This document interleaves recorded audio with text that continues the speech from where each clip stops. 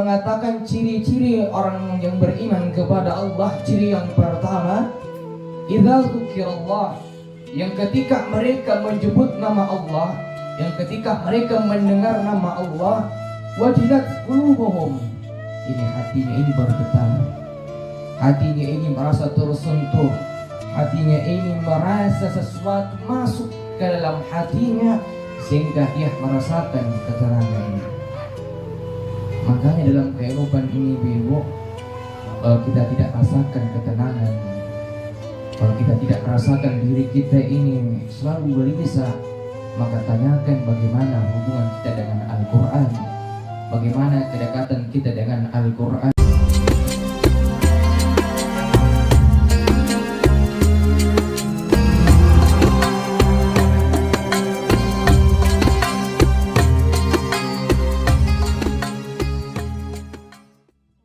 Malam hari ini kita kembali berkumpul di tempat yang sebagaimana biasanya kita rutinkan di malam Jumat. Ini bukan perkara yang kembali kami katakan bukan perkara atau persoalan yang mudah. Tentunya dengan segala kesibukan aktivitas pekerjaan, malam hari ini sejenak kita tinggalkan untuk datang menghiasi diri kita, untuk menumbuhkan rasa kedekatan kita kepada Allah.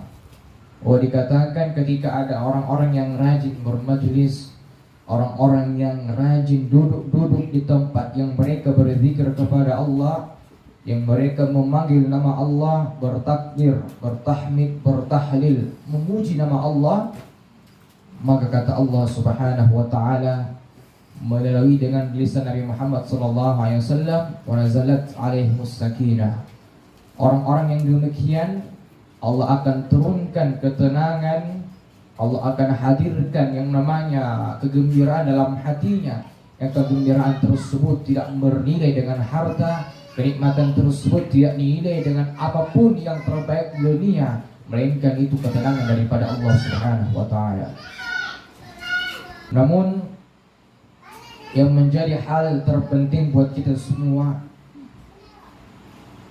sahabat-sahabat Nabi Muhammad itu dahulu membaca Al-Quran untuk diamalkan isinya.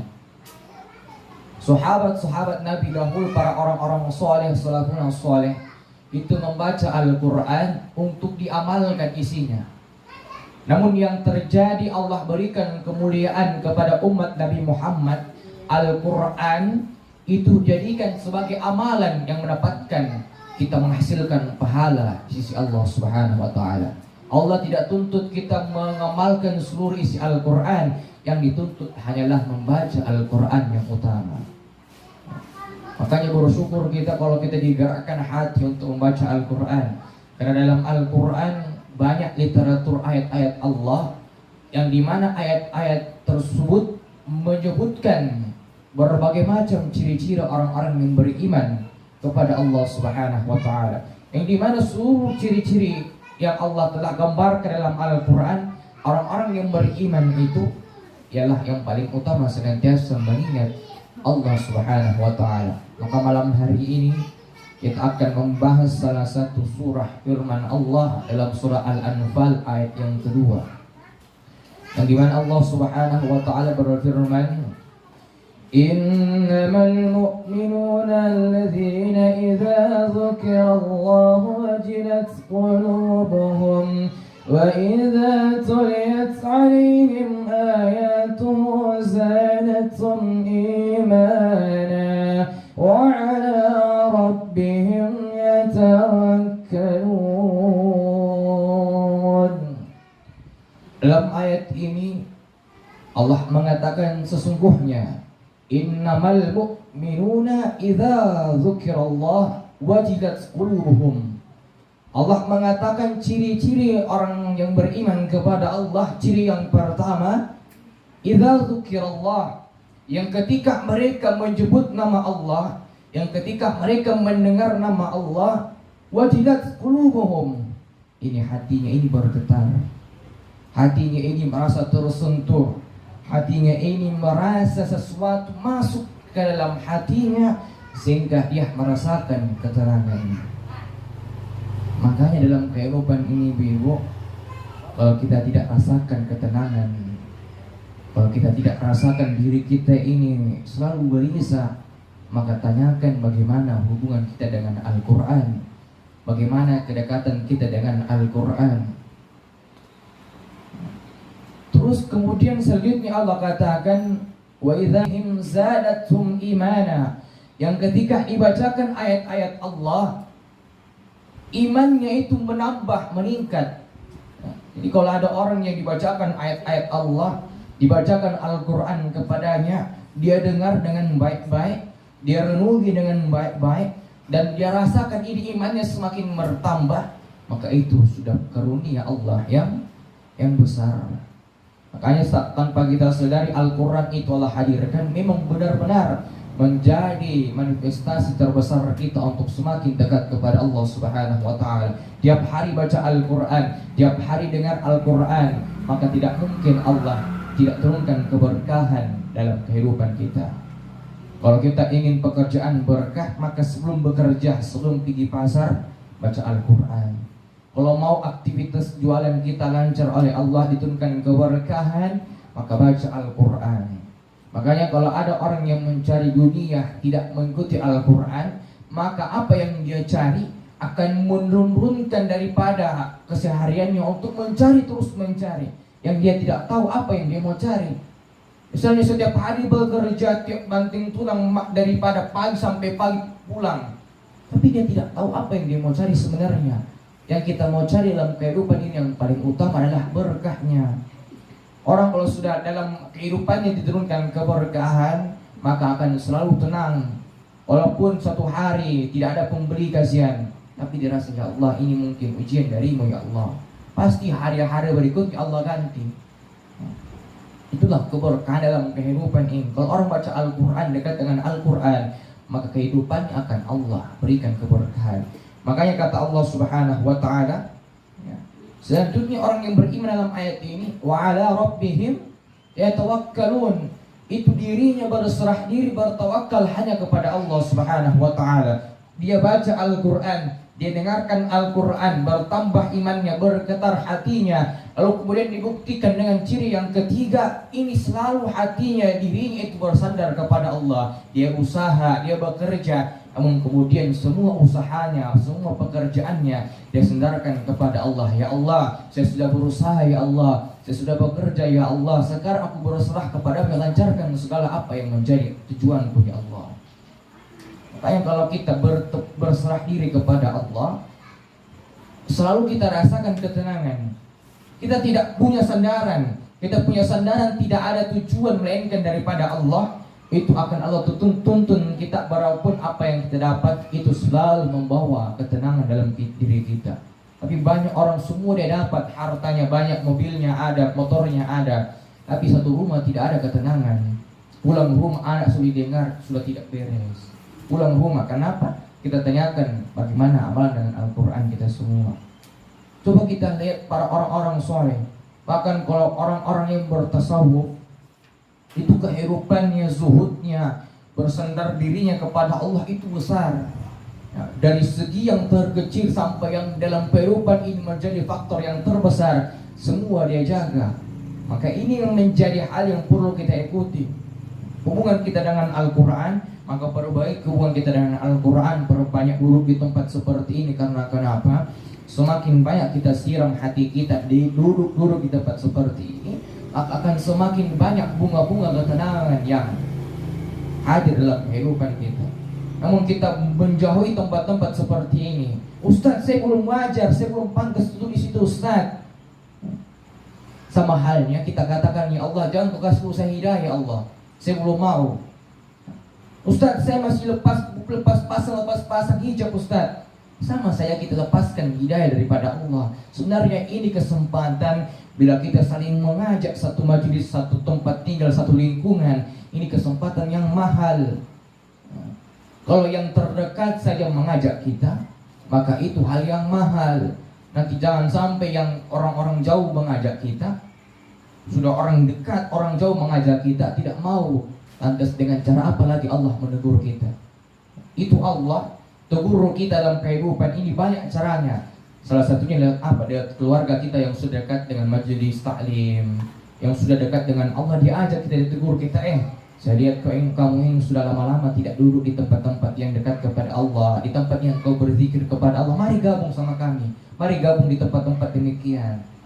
Allah tegur kita melalui dengan orang-orang terdekat. Kemudian cara Allah menegur kita, Allah tegur kita melalui orang-orang yang baru kita kenal, orang-orang yang baru dalam kehidupan kita hadir, mereka ajak kita dalam kebaikan. Itu caranya Allah. Namun nanti yang paling besar, cara yang paling berat Allah berikan teguran kepada kita, nanti sudah Allah hadirkan musibah dalam kehidupan kita, baru bentuk teguran, baru mungkin kita mau dekat kepada Allah.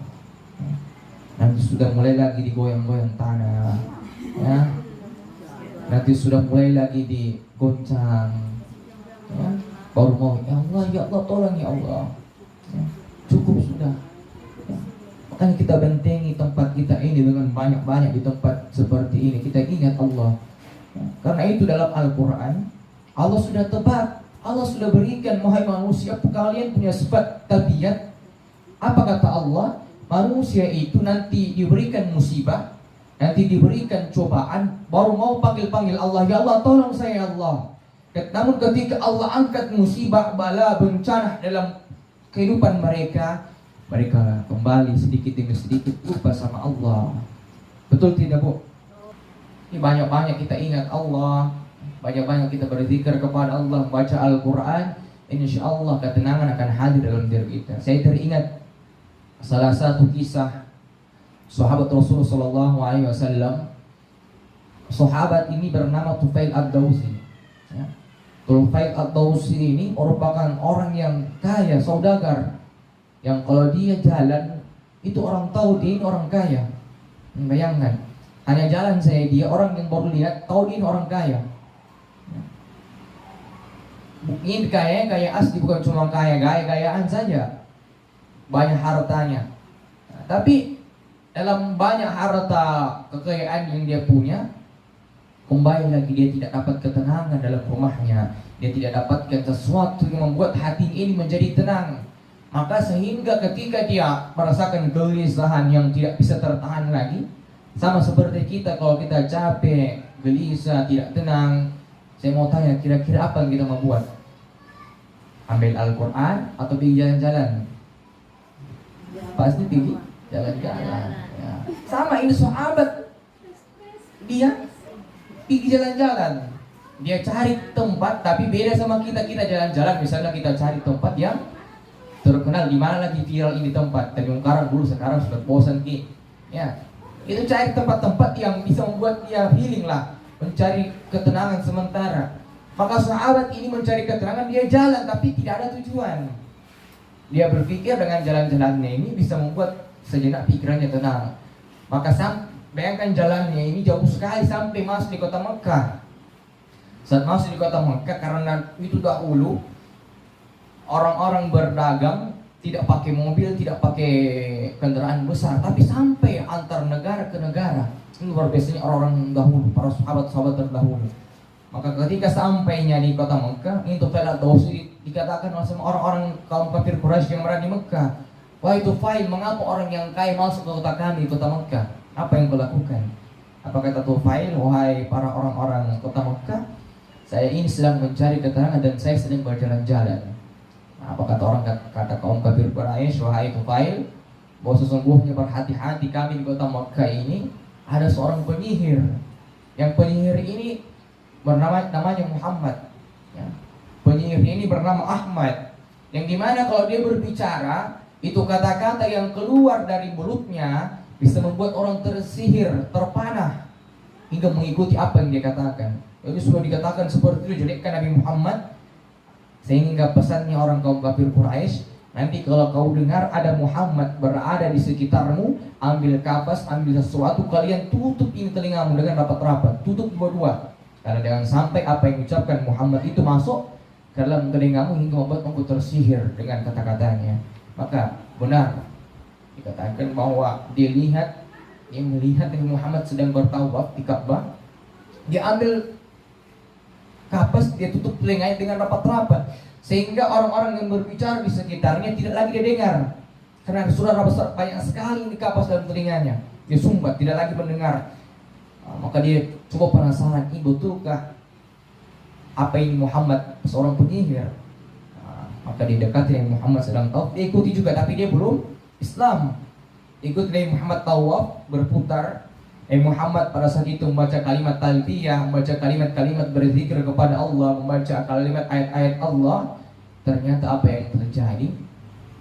Bacaan ayat-ayat Allah, zikrullahnya Nabi Muhammad itu masuk kencang ke dalam telinganya Tufail Ad-Dawsi, yang dalam keadaan tidak bisa mendengar karena tersumbat, tapi masih masuk ke dalam telinga.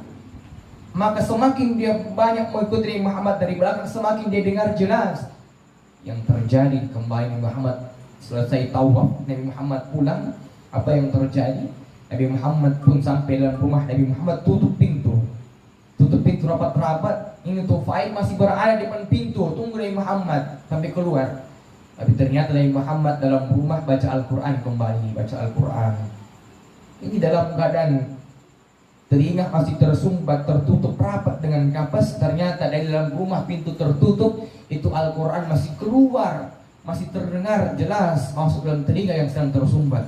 Maka dia sudah tidak bisa tahan, ya dia rasakan, kenapa sampai tenang sekali saya dengarkan ini kata-kata yang tadi orang bilang gini penyihir.